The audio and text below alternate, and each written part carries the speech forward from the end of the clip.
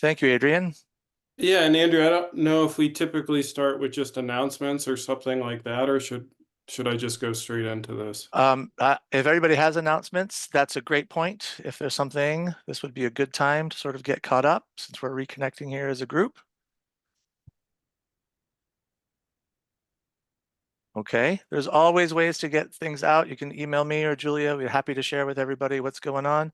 The fire team is synthesizing their work. And as we continue to hear about how these teams are working together, Adrian will be telling us about the fire team, and they are fire. We're Okay, fired up. there you go. Thank you, Adrian. I didn't prepare all my bad jokes, but feel free to add them in. I guess I'm going to try to make this slideshow. So does this look all right to everyone? Okay, I see some head nods. All right. I'm Adrian. I know most of you. I'll go into why I'm presenting this in just a moment. A group of us met last week and sort of kicked off this synthesis effort, and I've noted their names here. I know John Chorover couldn't make it. It doesn't look like Julia's on because she is at NSF. And a few other folks, but we do have some other collaborators on today, including Andres Sanchez and Ryan Webb and Shashir Basant, who is a new postdoc that hasn't even started yet. But we're really looking for anybody and everybody that wants to be involved in this, especially some of the data science folks. So why are we thinking about doing a synthesis paper related to fire? Before I even go into this, I think those of us that were in Salt Lake City last summer, there was a lot of talk about fire in the critical zone and fire effects and doing something cross CZ. And Gabrielle was trying to put some of this together, but didn't necessarily get a lot of buy-in from other folks. And so we are kind of revisiting some of this cross CZ firework. And so trying to be as inclusive as possible in our group, in other CZs, in other outside of the whole CZ-CN network. So very open to suggestions about who or how to do this. And I'll try to pause and you can put things in the chat or however you want to do it. Okay, so why do this? I think in short that it's kind of the convergence of a lot of these critical zone observatories, which was sort of the last iteration of this, and the current critical zone collaborative network sites have had fire on them, mostly during their observational period.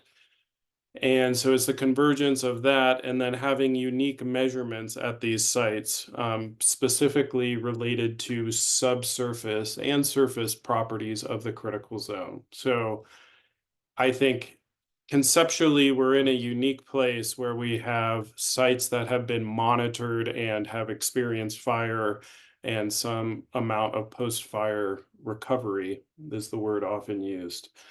Recovery is not always the best word, and we can come back to that.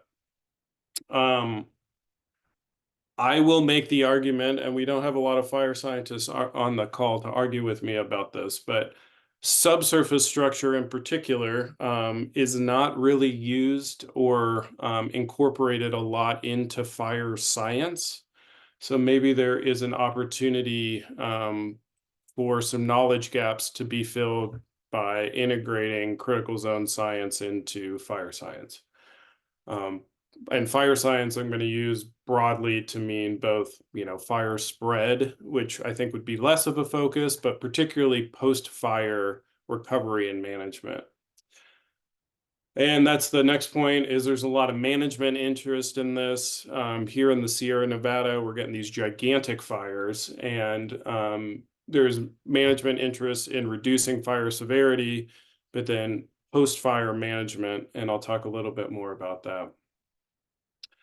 And then one of the things we were talking about in the last call was sort of understanding on the longer sort of geologic critical zone timescales, how fire leads to and or reinforces critical zone evolution, critical zone development. And again, I think this isn't a topic that has been explored a lot. It is something that geomorphologists think about, and has been some work, but I think there is additional opportunities here. And then Julia, in her WISE PI role, also noted that we're building up to probably a new RFP for the Critical Zone Collaborative Network. And it's difficult to understand, I think, at this point, what that might look like, how much of that will be renewals of existing CZCNs versus new ideas. But Julia, who's at NSF right now, and we would think would have all the insights, is her thoughts were that this could be a direction to go for a new submission. I will pause like I'm teaching and ask if there are questions or comments before I move on. I'll open the chat too if people want to stick things in the chat. Okay, Ryan Webb, and I should have had the paper up here. Maybe I'll stick the paper, or somebody else could do me a favor and stick Ryan's paper in the chat. But Ryan, who was down at University of New Mexico, but is now assistant professor at the University of Wyoming, along with Paul Brooks, who many of you know, and Marcy Litvak, who some of you know, wrote a paper that's in Environmental Research Letters.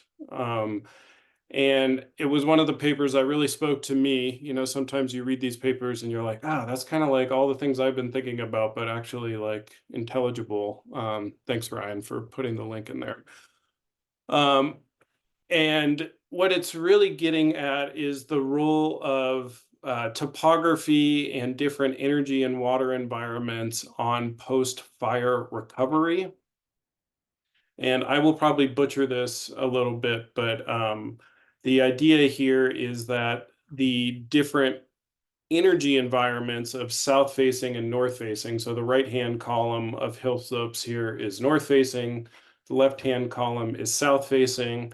Actually, if you move over to the right side of the screen, the right-hand column of these aerial imageries is north facing.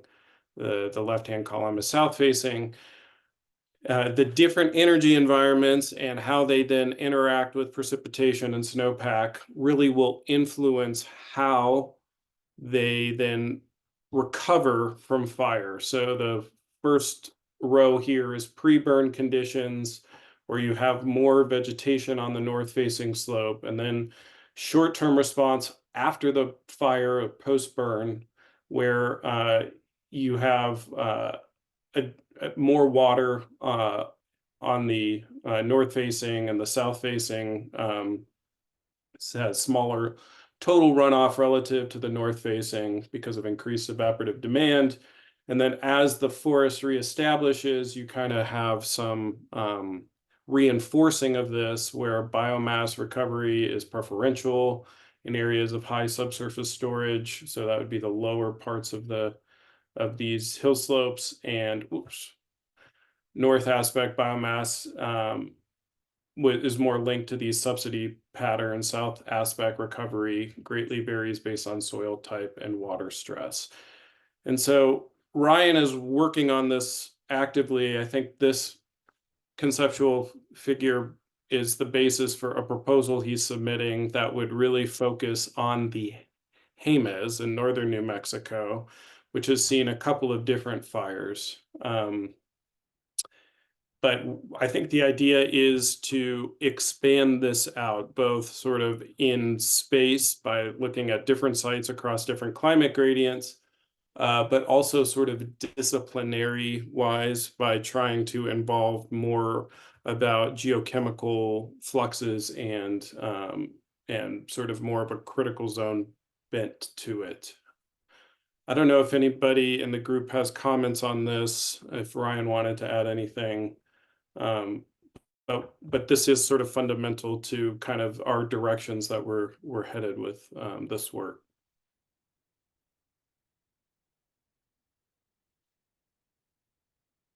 All right, what's my next slide?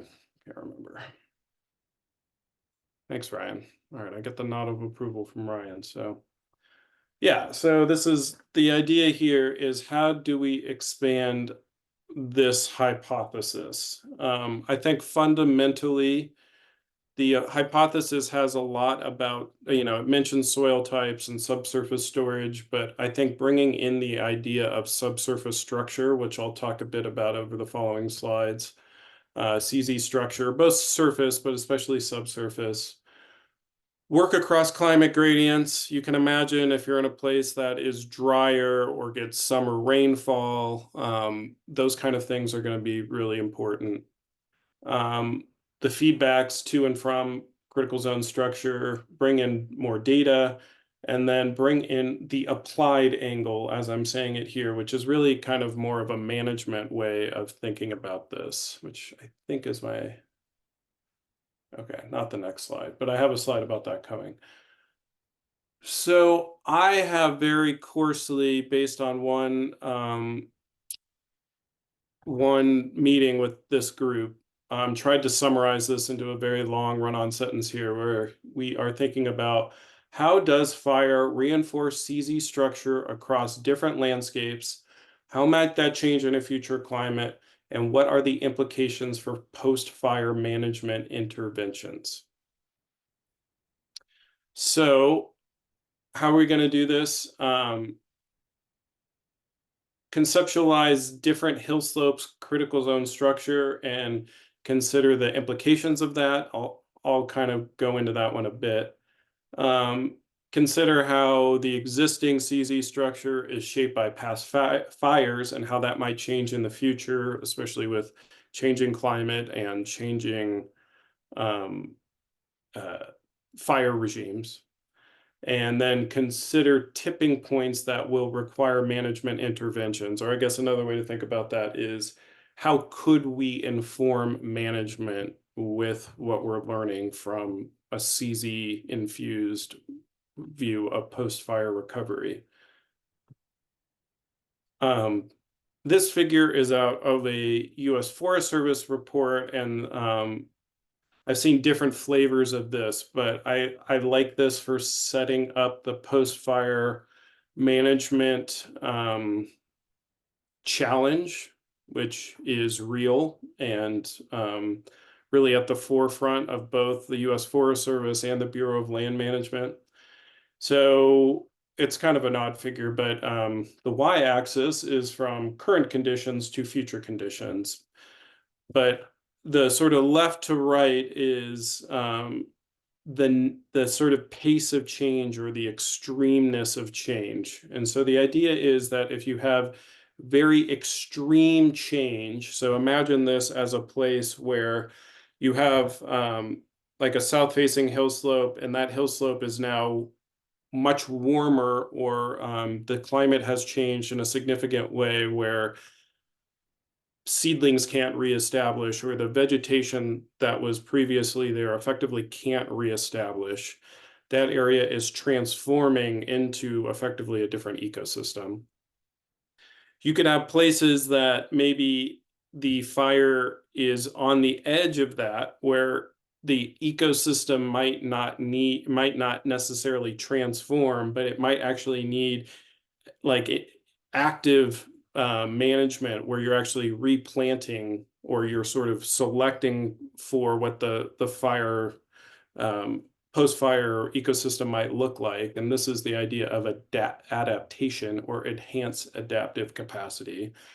And then resistance is sort of the places where you have refugia from this change. So these might be parts of the landscape that that maintain more of a historical climate. So maybe the wetter parts or the more protected parts of the landscape where that could actually sort of maintain their historical ecosystems in the face of mainly changing climate. But I guess I'm really linking changing climate and wildfire here. So one can imagine if you knew where these places were on the landscape, you could target your management activities to reduce fire in places that are resistant, because those are kind of your refugia you would like to keep.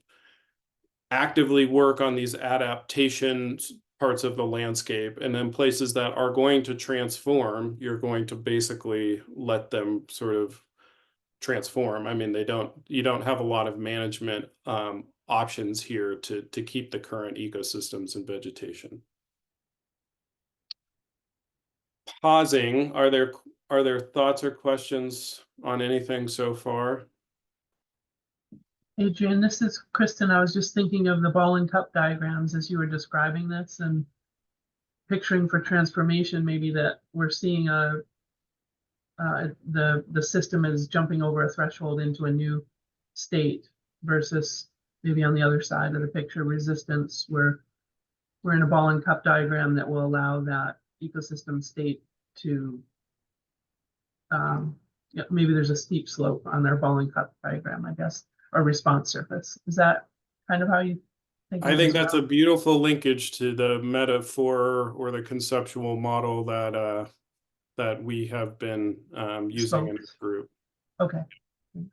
In fact, I think it could be a way, we can bring that back at the end, but it could be a way of sort of thinking about this effort in some ways of where would you see bigger cups and more connection to alternative stable states and things like that.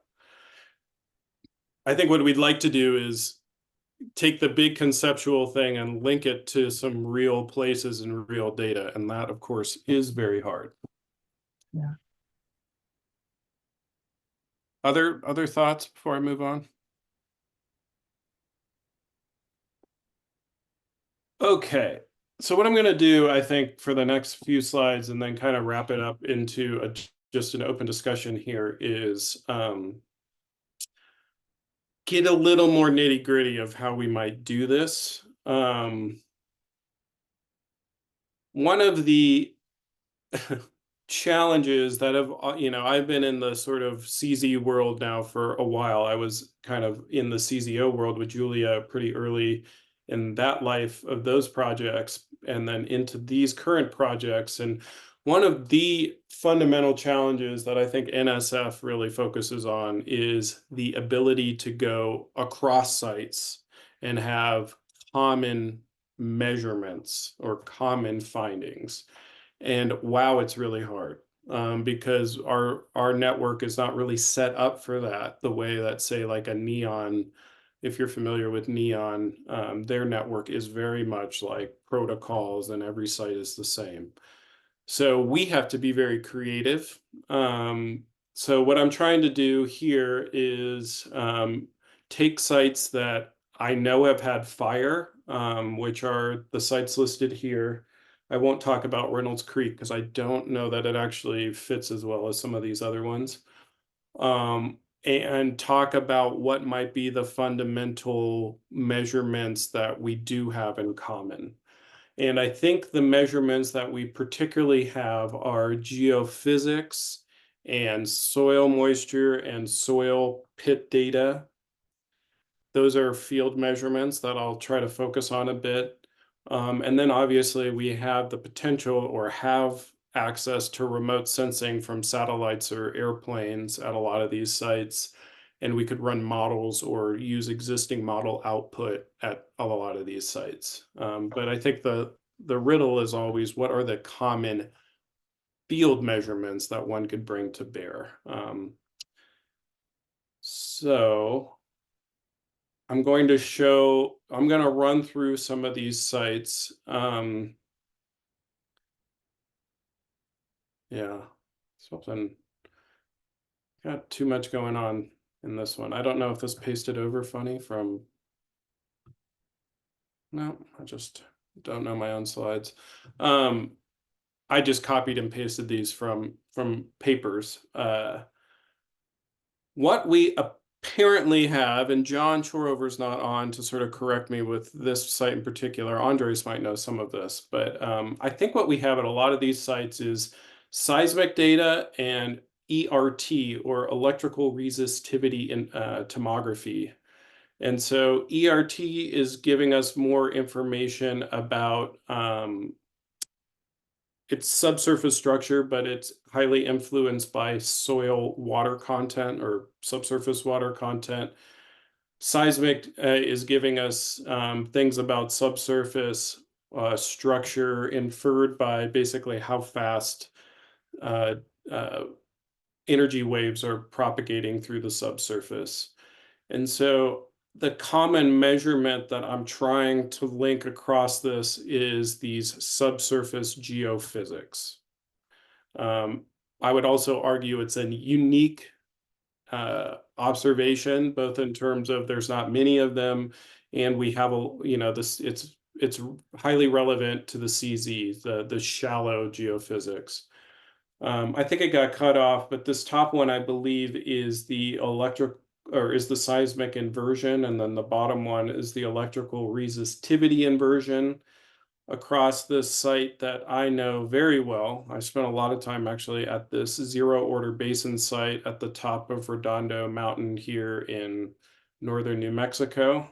And I believe we're walking across this A transect here. So it's more east-west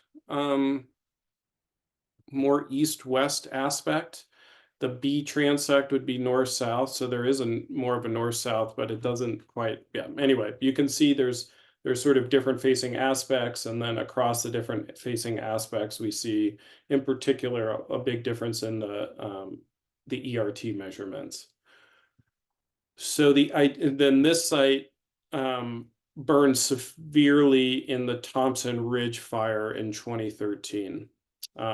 We can come back. I'm just going to kind of blow through these, but here's an example. A site where we have a lot of subsurface measurements. We have some amount of them. Well, we have a lot of them before the fire. I don't know how much we have after the fire. I think a fair amount. Am I missing another fire? I think there was another fire, right, Ryan? Yeah, was it the Thompson Ridge fire that burned the top of this? Gosh, there's been so many fires in this area. I think there was actually another fire, right? Oh no, maybe this is right. So pre and post, we have subsurface information. Let me go to the next one. Santa Catalina's, this is up above Tucson. Yeah, Thompson Ridge did burn those last ones. So this one, they have a really nice north-facing, south-facing transect of, I believe this top one now is ERT, and the bottom one is the seismic. And so these ones have, I think the story with this was that everyone expected the north-facing to have deeper soils, but that actually ended up being the south-facing that had deeper soils, if I recall correctly. But this site burned really severely in 2020 and the Bighorn fire, but we have similar subsurface measurements there. This site also has a ton of soil moisture data and stream flow data and whole bunch of things like that. My understanding is a lot of this didn't get re-instrumented after the fire, so most of the data here is pre-fire. The Southern Sierra CZO site burned in the 2020 Creek fire. I'm less familiar with the what all the different seismic data here is. I also think there's more recent borehole / piezometer data at this site that the Forest Service has been using.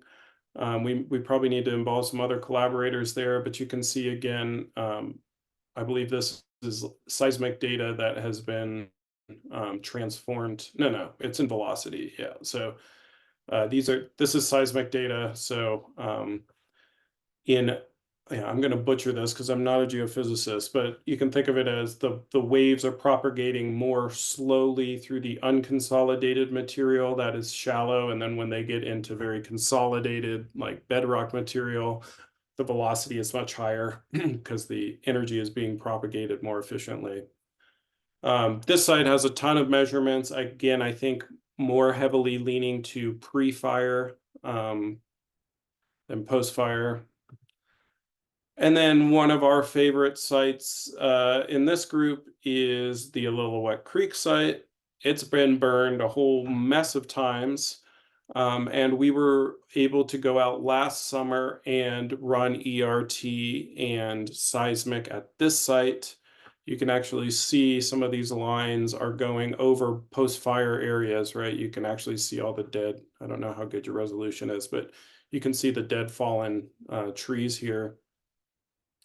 We have just literally in the last couple days got the geophysics data back, so I can't even really speak to what it looks like, but we have kind of a matching data set at this site.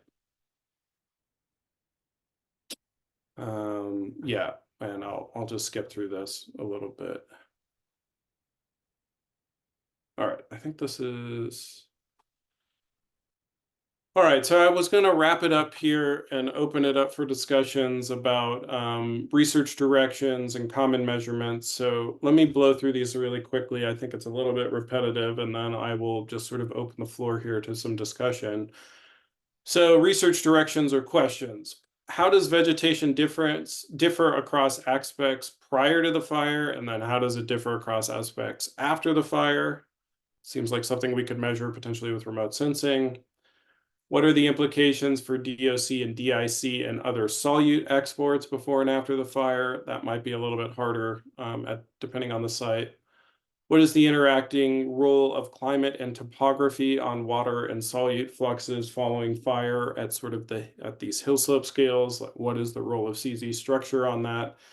Can we develop a conceptual model similar to the Webb et al. Model that expands to include climate and solute fluxes, possibly carbon budgets?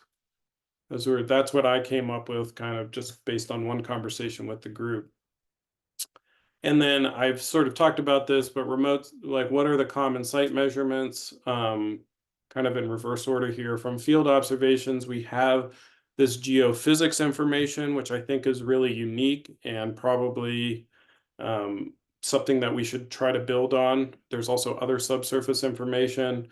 In some places, we have pre and post hydrology, not everywhere. In some places, we have pre and post solute fluxes, not everywhere. We can do modeling, which might be sort of simple water budget calculations. We might also be able to do hill slope modeling. And then we have remote sensing kind of everywhere where we could estimate things about vegetation productivity, structure, evapotranspiration, which also kind of links to the modeling piece, but could be independent. So I think what our goals are and what I'd welcome any discussion about is people's thoughts about how to package this into a synthesis paper that has the most impact, that maybe sets us up more for future proposals and funding, where people are excited to participate, sort of anything along the lines of pushing this forward. So I think with that, I will stop presenting with my next steps open slide here, and yeah, just open the floor, and I'm going to take some notes, and yeah, just love to hear people's thoughts about this.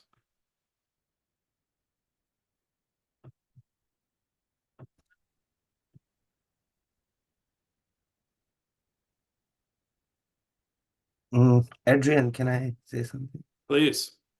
So I shared a link. I presented at the AGU this poster. I worked on the Illilouette Creek Basin data, and we had some analysis from there. I was thinking to expand this work a little bit, but recently I was working on my other two papers.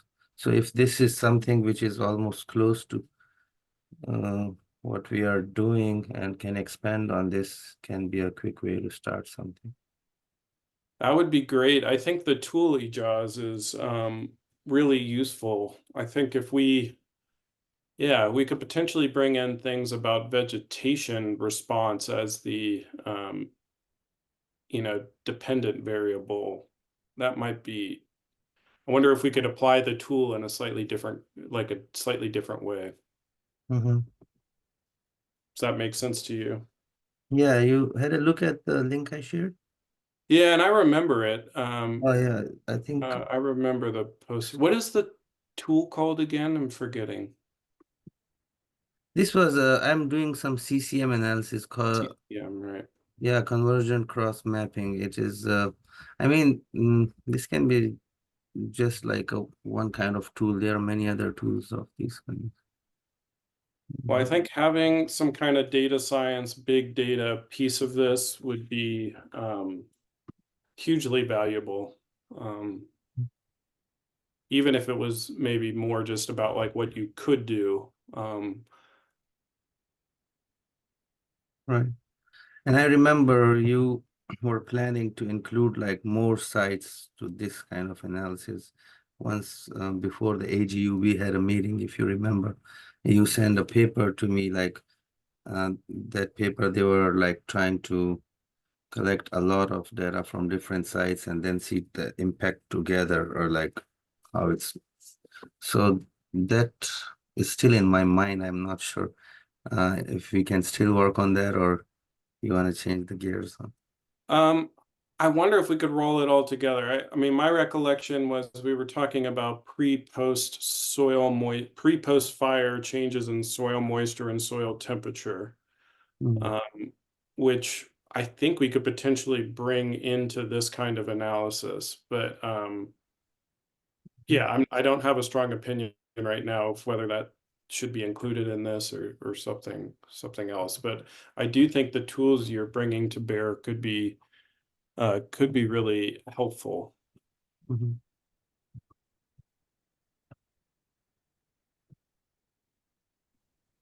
And Adrian, this is Donna. I'm Uh, on my dinky little laptop in a different room, so this laptop doesn't allow my camera to function. But I don't know if this is pertinent, but I have a different PhD student working in a different project, but he's using he's working with the USGS on Tanner Creek and Eagle Creek up in Oregon, where a huge fire burned 180 acres. And they've done a lot of ground truthing pre and post fire, but he's doing the DINSAR. He's using the INSAR, but they leverage the fact that you can look at the information from two different phases between two of the images. But anyway, he's been estimating ground surface deformation in areas. So kind of like, where the sediment's accumulating, even if it's just a couple of centimeters versus where it's eroding on certain parts of the landscape after a fire has swept through. Do you think that metric or measure, you would think it would have to be correlated to the type of vegetation that existed before the fire went through, just based on the stability of roots, different types of plants. But do you think adding that kind of information to this adds value to where you're trying to go with this? Absolutely. I mean, it also is indicating the flow paths of the water, right? You have water moving very shallowly. Right. And they're getting, really accurate centimeter scale displacements from the product, but maybe even, the decay of the roots after the fact is tied probably to the size of the, trees, whether it's trees or brush that existed prior to the fire. I'm just wondering if there's a way that maybe there's a correlation between those kinds of imagery. Anyway. That's a great idea. I know Gabrielle's done a little bit of things like that at the Illilouette with like pre and post LiDAR. Yeah. But a way to do that across sites. Well, and the whole reason the USGS wants to test this out is that in certain areas they've flown it with LiDAR, but to be able to do it with a satellite product, would allow you to be able to do that at scale, obviously easier. But anyway, yeah, I'd love to talk to you more about that. I'm not sure I followed everything in the presentation that you were giving, and it's been a sharp learning curve for me regarding fire. I keep learning about things I never knew anything about, so I'm dangerous. Yeah, it keeps it fresh. I think it's great. Okay, that's one way to put it. Yeah, yeah, keeps you young. Keeps you feeling insecure that you don't know the literature. Let's put it that way. Yeah, Never should have strayed from groundwater and hydrology. I feel a little bit like that in this field too, because there's people that spend their whole career on this. But I mean, going back to like Ryan's conceptual work, there really wasn't much about sediment transport, surface erosion. So I think that's an angle we could bring in. And if you're thinking about like CZ development and, you know, long-term CZ feedbacks and things like that, I think it's a fascinating one. Okay, well, I'm unfortunately, I'm leaving tomorrow for vacation for a week, but the student that is doing this with me is returning, unfortunately, as I leave. So it'll be another 2 weeks before maybe we should connect with you and Gabriella if you're interested in something like that. Yeah, yeah. I mean, this isn't a huge rush at this point. So Okay. yeah, that timeline sounds good.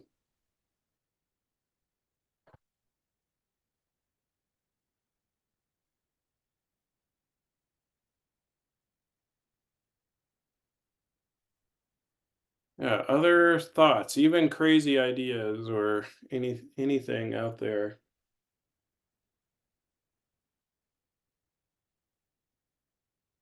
I think the recommendation that Ryan had, and I think it is kind of in line with where Julia was headed, was that maybe we work on building a conceptual model that is sort of expanding out from what Ryan did to include maybe a little more geomorphology and geochemistry, and then thinking about how it might look across climates, and then bringing in the data sets that we can to sort of test and show that, but not making this like a super rigorous quantitative synthesis necessarily, maybe saving some of that for future work. I think that was the direction that we had sort of just started to think about. So back to Kristen's point about like the ball and cup and the way we've been thinking about, you know, resilient systems. I wonder if we could repackage some of this in just sort of that context. Yeah, Adrian, I was pretty excited to see that slide. It was one of the early slides that you had with the resistance and adaptation and transformation.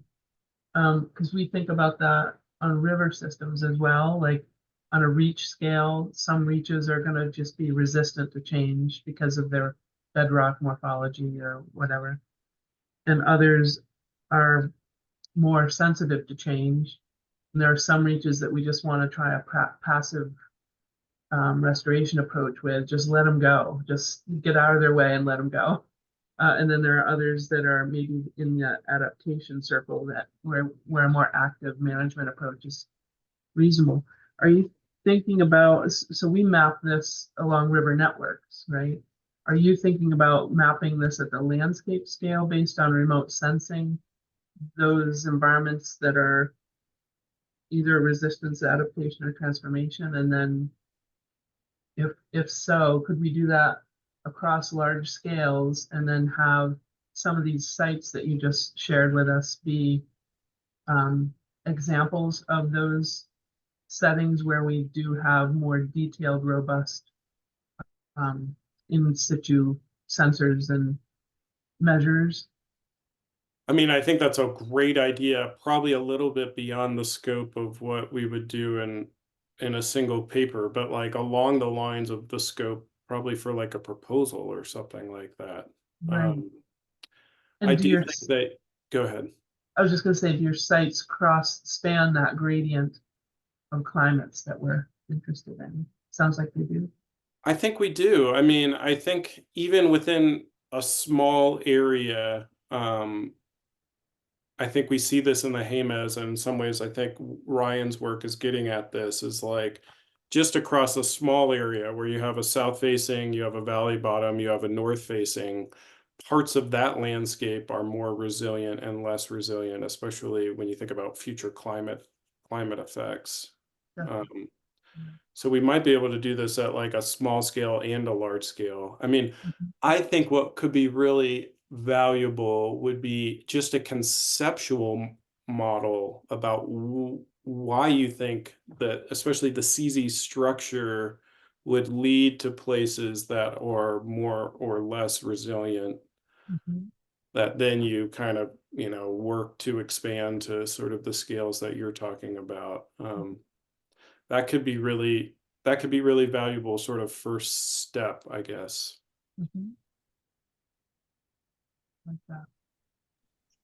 Yeah, and Kristen, I'll show you some of the plots from Ryan's paper because I was thinking exactly of, remember when we were writing the proposal with Julia and we were trying to get I know they use a different terminology, about the, zones where sediments accumulating versus places where things were eroding, it's Right. different but it's still the same thing that we're after from a geomorphological perspective.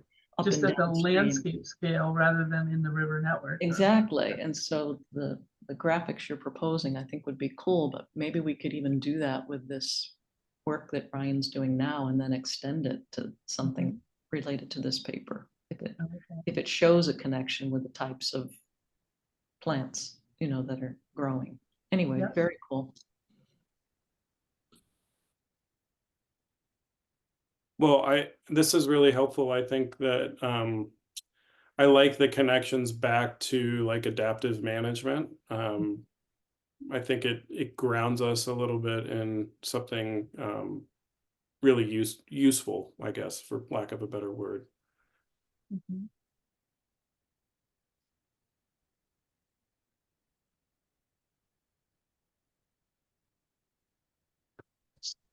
Just This is share. all really cool input. I was just gonna Go ahead, say- Ryan.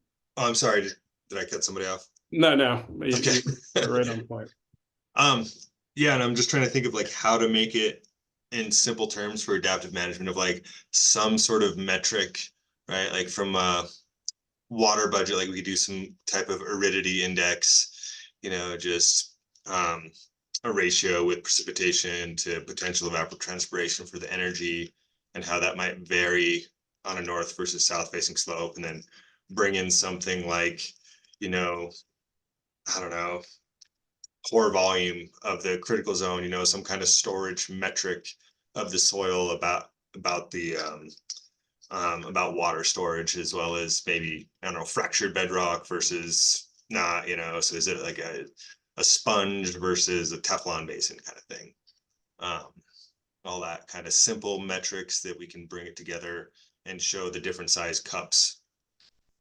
That's a great idea. I was just speaking with a forest ecologist who, I guess I won't say her name, but very, very good. And the forest ecology, they love cumulative water deficit, which I think, hydrologists always sort of like are like, yeah, but there's no subsurface when you do cumulative water deficit. That basically all water just drains and stored there typically, or there's very simple assumptions. So yeah, something where we could expand out from that to maybe more take into account lateral movement of water and different amounts of subsurface storage. And yeah, but I like that idea of sort of crosswalking the conceptual model back to some simple metrics that could actually be useful or testable for that matter. Yeah, and then like from a management perspective, they're like, all right, we already know what kind of soil we have. We kind of know we have the geologic map and the soils maps that potentially could be utilized for pre-fire plan if there's a fire or something. Yeah, I like that.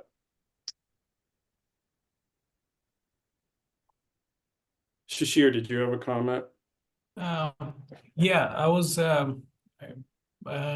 This is slightly different from what y'all are discussing, but I was looking at the geophysical slides you shared and the information. I was wondering if what kind of information can we extract from there in terms of, can we parameterize subsurface properties from there, and Yeah, I know ERT we can probably like do some soil moisture conversions based on the texture and other properties, but how useful in terms of the process is the seismic data?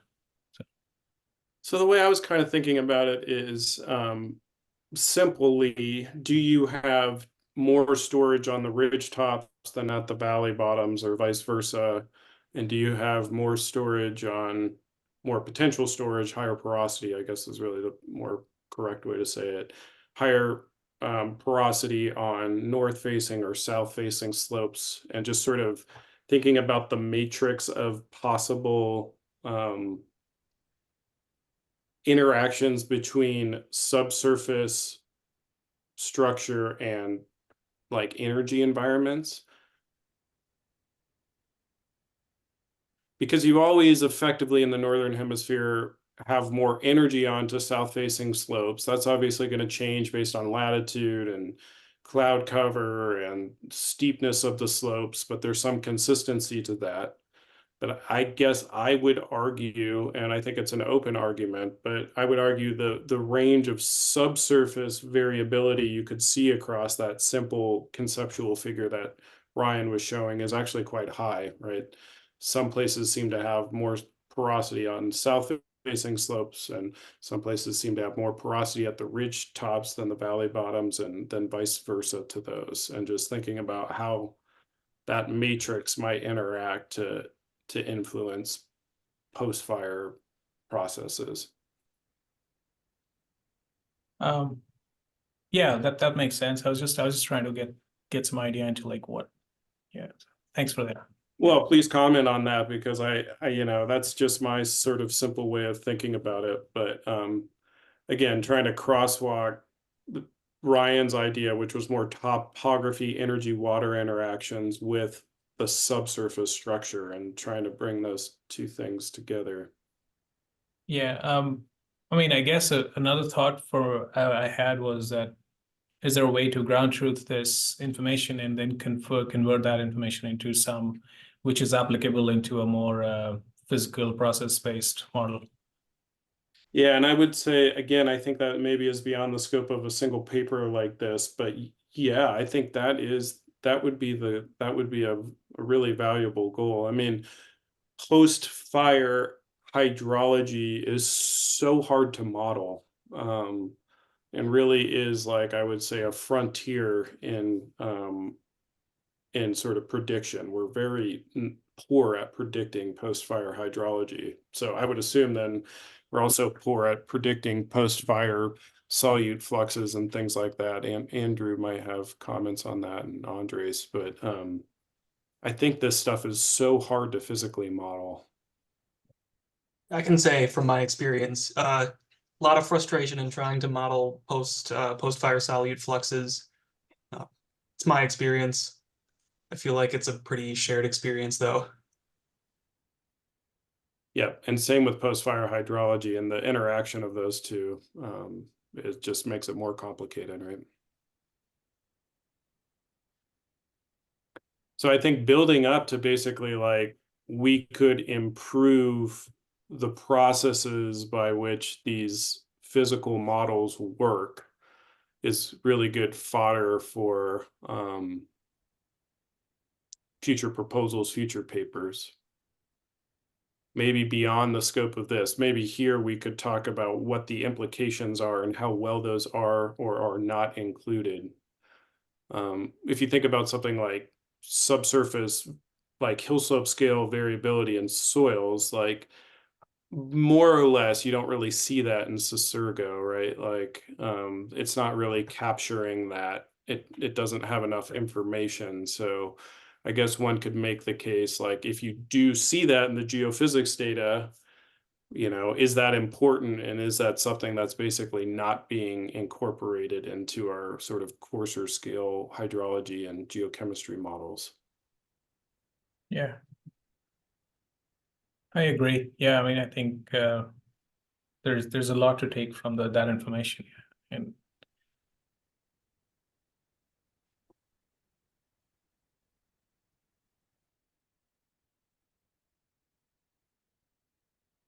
Well, we've actually filled up almost an hour. I was unsure if we would, but we got Lots about to 5 talk minutes. about. Yeah, it's great.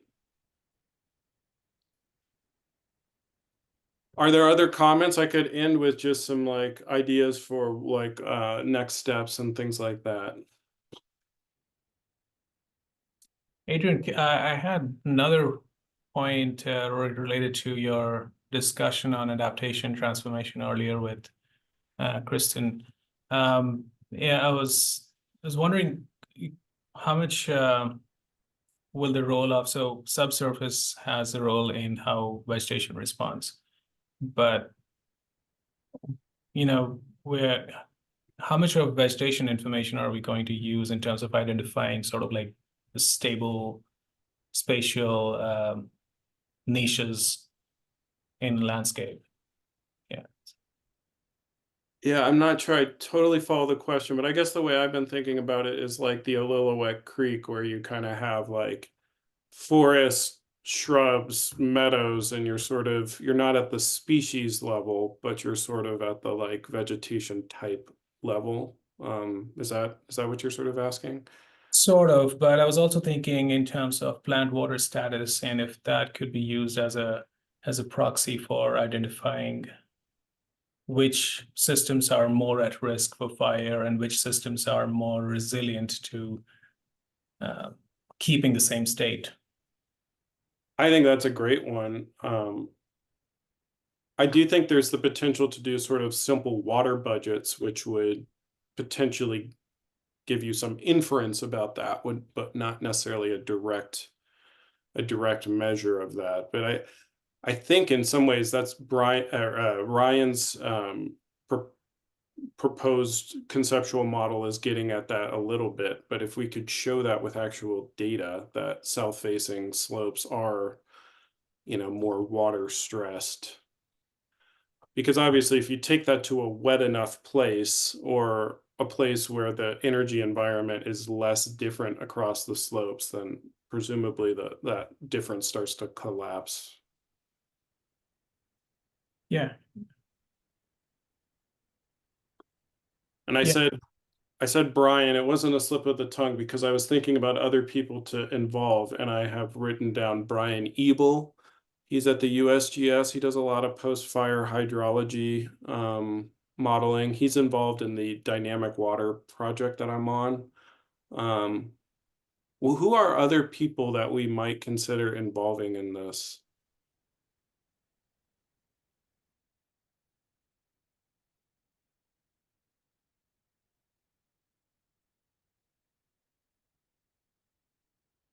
Nothing. I think possibly people from the Southern Sierra CZO and the what do they call themselves? The Bedrock CZCN. So that's like Steve Holbrook and a few of those people. There's a lot of post wildfire folks out there. A lot of people we could potentially include. Do you know of folks that this would resonate with? Not off the top of my head. Okay. I think we should think about reaching out, especially like to more people that are ecosystem ecologists, because I think they are underrepresented in the CZCN world and is certainly a huge part of post-fire recovery. Yeah, Marcy Litvak was on that paper with me. She's definitely got a ton of data in the HEMES that they've been doing veg surveys at that Ameriflux tower since before and after the fire, and they were able to like remove the instruments on the Ameriflux tower as the fire was approaching and reinstall the same ones. So there's a good data set there. And I think the Southern Sierra has a little bit of pre and post fire eddy covariance data. I don't know that we want to get into that level, but it could be worth showing a little bit of it. All right, so next steps is I will kind of work this up, our conversations for today and continue to sort of polish like an outline. I would love it if people reached out with ideas or potential collaborators. And I think we'll follow up with another group meeting of the folks that were interested in working on this. So if your name wasn't on that original list, I'll try to add that. I think maybe Kristen and or EJazz, it would be great to have some data science folks involved. So let me know if you're interested. Okay, EJazz says he's interested. Sure, and you can put me on there too, Adrian. I will.